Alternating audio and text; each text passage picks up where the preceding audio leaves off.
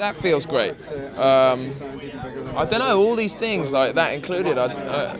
You don't really expect when, I woke up this morning and I sort of remembered that my album's been out for just over a year, and still seems to be sort of relevant to people, and still seems to be, gaining sort of more recognition and remaining sort of attractive musically.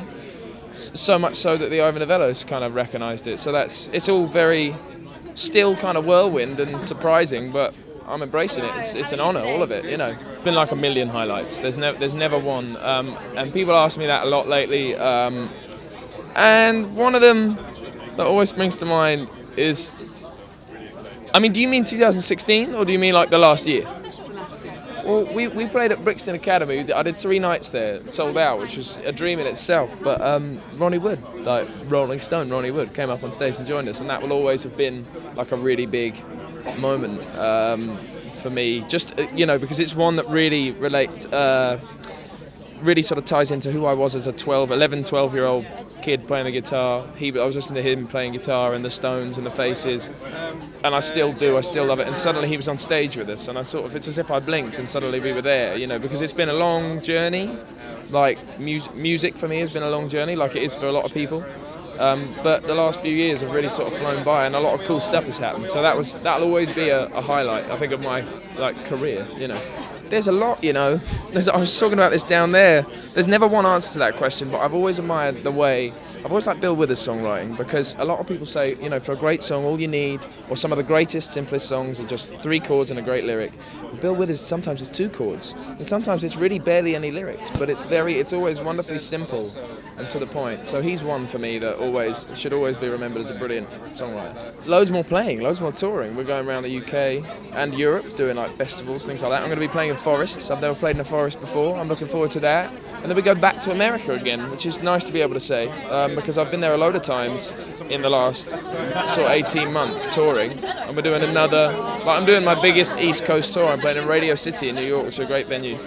So we've got all of that ahead of us too. Loads of playing. I think when you finally, it's a different kind of kick. I get maybe as big a kick out of both. Right now, like the last couple of months, it's been about playing live. It's happening all the time, and you develop that faster. Songwriting takes a bit more time, and I get a different kind of kick out of that, because you can write a lot of songs in a week, and a lot of them can be all right. Some of them can be quite good, but you're lucky if like one of them is brilliant. If you feel that, at least. So that's a different kind of kick.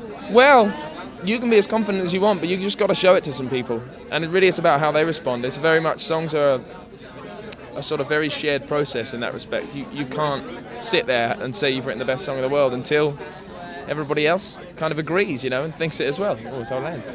But yeah, where's the weirdest place you've ever heard it?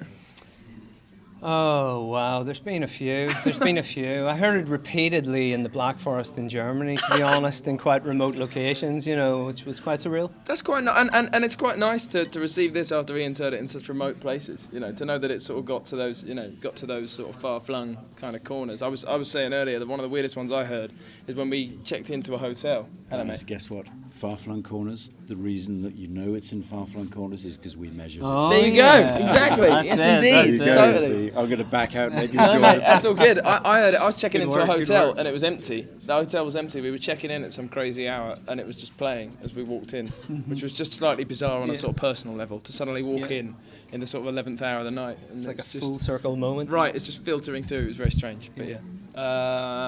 It's a very personal thing for me, just about...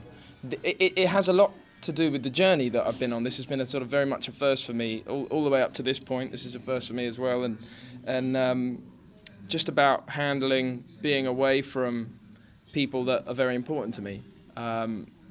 So yeah, it's always will be very personal, very sort of sentimental, and always a little bit kind of nostalgic in the way that it will make me think of where I kind of came from, my roots in that respect, and I was lucky enough to have Ian help me totally work that out into a song I think we're pretty proud of, in Ian's fancy little studio in the top of a church, which is, I'm proud to even say that. Like, it's super cool. It wasn't just any old studio in the streets of London somewhere. We're in this bell tower that Ian works in, and It makes a good noise, especially when James opens his mouth and sings with that voice. It's a lovely echoey it's a space. brilliant resonant place, so it's a lovely room to write in. And we did our usual thing. We between the two of us were renowned for just hanging out all day and having a great chat for hours, and then going, oh yeah, let's have a think about a song or something. And it was at the end of the day, and suddenly it was born. We just sort of were inspired in that magical way that you can't explain. Mm-hmm. Song began to be born. Mm-hmm. Yeah, it's pretty fundamental, really. You know, like it's about us spending time together as human beings, and then a song comes about from that. You know, it's all that. That's a very key, very important thing, and I can't really say that about many other people at all. You know, I just we have a great relationship in that respect, and I've written with other people. Ian's written with other people, and you can have a nice time doing it. But you know, different relationships mean different things. This one, you know, clearly a special one, and I can say that. Like, it's just it just works. Me too. You know, you feel excitement when you create something like this. We know it's special to us. We know how many gears and all of the stuff that has to get in line for this to make its way through. Yeah. James is awesome. There's no doubt about that. And your hard work has paid huge dividends in all of this as well, man. You know, like you've absolutely worked. It's been incredibly hard. It's been a lot of fun taking it around the world. Like it's been, and the fact that I can even say I got to do that is mad and very special. We're in the room full of our peers, like brand new songwriters, which is incredibly exciting.